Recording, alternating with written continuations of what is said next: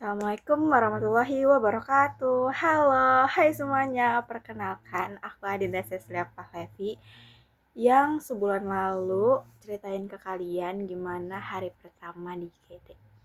Hari ini hari terakhir di IGD. Uh, Waktu itu di hari pertama itu aku sangat amat berharap hari ini cepet-cepetan datang gitu. Kapan ya selesai di IGD gitu. Tapi sekarang uh, udah ada di harinya, aku malah ngerasa kayaknya nggak apa-apa deh 3 bulan di GD, nggak apa-apa banget.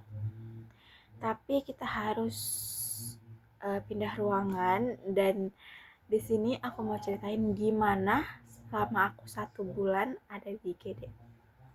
Apa aja yang aku dapat, apa aja pengalaman aku yang ada di sana, apa aja ilmu-ilmu yang aku dapat di sana, dan gimana keseruan di IGD.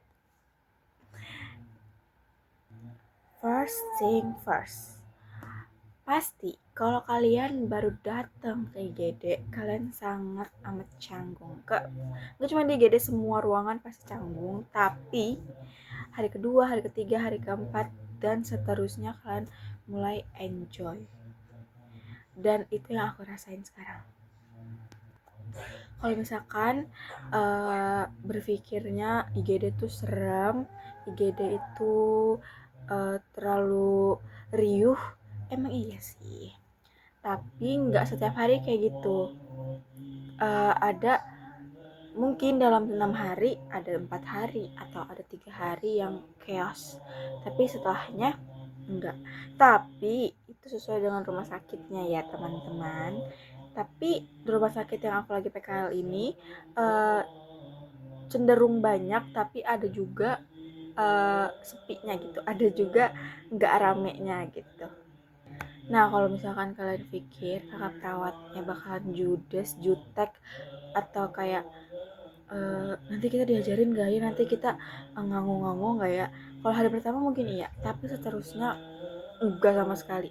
Dan kakak-kakak di IGD, di rumah sakit yang PKL itu sama sekali enggak ada yang jutek, enggak ada yang galak, enggak ada yang jahat, enggak ada yang enggak mau ngajarin kita. Semuanya mau ngajarin kita, semuanya sangat amat maklumin kalau kerja kita lelet, kalau kerja kita nggak becus, sangat amat memaklumi.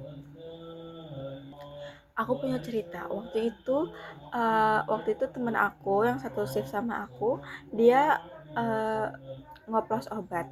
Setelah ngoplos obat, ternyata obatnya itu muncrat, otomatis dosisnya berkurang. Kata kakaknya, nggak apa-apa deh, kita ambil obat yang baru, kita oplos ulang, kita belajar bareng-bareng. Baik banget kan? Terus aku juga pernah waktu itu salah Nancy. Aku udah beratusan orang Nancy orang, tapi pas digigit tuh aku kagok, kenapa kok nggak bisa gitu. Ternyata posisinya salah. Terus aku langsung diajarin sama kakaknya kalau posisinya tuh kayak gini, kamu tuh salah posisinya, lain kali kayak gini gitu. Ada lagi satu lagi nih, baru-baru ini aku nganterin pasien ronsen pakai bed, karena aku sendiri cewek dan ada kakak perawatnya cowok. Aku dorong berdua, tapi waktu itu hampir aja nabrak tembok. Jadi kakaknya, udah kamu nggak apa-apa, lain kali bantuin di dalam aja, nggak usah anterin pasien pakai bed gitu. Tapi ya setelah itu aku tetap nganterin, tapi ya nggak berdua doang. Jadi bener-bener kayak kalian akan dibimbing sebimbing mungkin.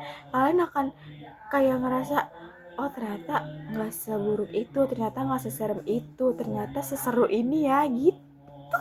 Seru banget. Terus ilmu yang aku dapat, kayak aku ngobservasi pemasangan EKG, terus aku juga observasi dan aku ngebantuin juga pemasangan NGT. Dan NGT di rumah sakit sama NGT yang ada di teori dan di praktek di sekolah itu sama banget. Terus ternyata bisa minumin obat pakai NGT. Emang bisa sih, cuma maksud aku obat yang kapsul gitu, yang yang bulat-bulat gitu ternyata bisa, tapi ya harus dihancurin dulu terus pakai air. Terus ternyata pengambilan darah tuh nggak harus yang kayak ditarik gitu, bisa juga lewat sini, lewat jalur infusan, terus nanti ditampung pakai tampung darah. Terus juga apa ya, banyak sih aku tahu triase. Triase itu ada 3 macam, ada hijau, kuning, dan merah. Hijau paling aman, kuning tengah-tengah lah ya, dan merah itu paling bahaya. Nah, gimana caranya kita tahu kuning, merah, dan hijau itu ya dari triase tersebut. Nanti di triase sama kakak perawatnya. Setelah itu di ditentuin nih, pasien ini tuh masuk di kuning, merah, atau hijau, atau malah bisa ke poli terlebih dahulu, atau bisa juga rawat jalan seperti itu. Nah, keseruan sama kakak-kakaknya nih ya guys, di GD itu ternyata kakak-kakaknya emang benar-benar baik banget. Terus mereka sangat amat welcome gitu. Misalkan mereka ngejokes terus kita ikutan ketawa, dan itu sangat amat tidak apa-apa gitu loh. Kalau misalkan kalian pikir kayaknya, duh gue ketawa dosa nggak ya gitu, ya enggak. Ya kalau misalkan hari-hari pertama mungkin iya ya, tapi setelah itu enggak guys. Ternyata kalian enjoy aja, kalian benar-benar harus enjoy, kalian harus aktif. Kalian aktif pasti kakak perawatnya juga seneng. Kalian inisiatif, kalian setiap kakak perawatnya jalan, setiap kakak perawatnya tindakan, kalian ikut aja, nggak apa-apa banget. Itu sangat amat bagus malahan. Mau kalian disuruh atau enggak, mau kalian setelah ikut kalian gak ngelakuin apapun, nggak apa-apa, kalian observasi aja, itu nggak apa-apa, nggak apa-apa banget. Terus aku sama teman-teman aku yang ada di IGD juga sangat berterima kasih atas wajangan-wajangan yang kakak-kakak perawat kasih ke kita. Nasihat-nasihat yang sangat amat baik, yang bermanfaat, yang mungkin bakal sangat amat eh, tertinggal di otak kita ini setelah PKL selesai. Makasih banget atas ilmu yang udah kalian kasih ke kita, atas pengalaman yang udah kalian kasih ke kita, atas pasien-pasien yang sebegitu beragamnya. Mungkin itu aja ya yang bisa aku ceritain tentang IGD. IGD seru banget. Kalau misalkan kalian nanti ada yang PKL terus hari pertamanya IGD, kalian mungkin emang iya sih bakal kayak IGD gitu, tapi setelah itu seru banget, seseru itu.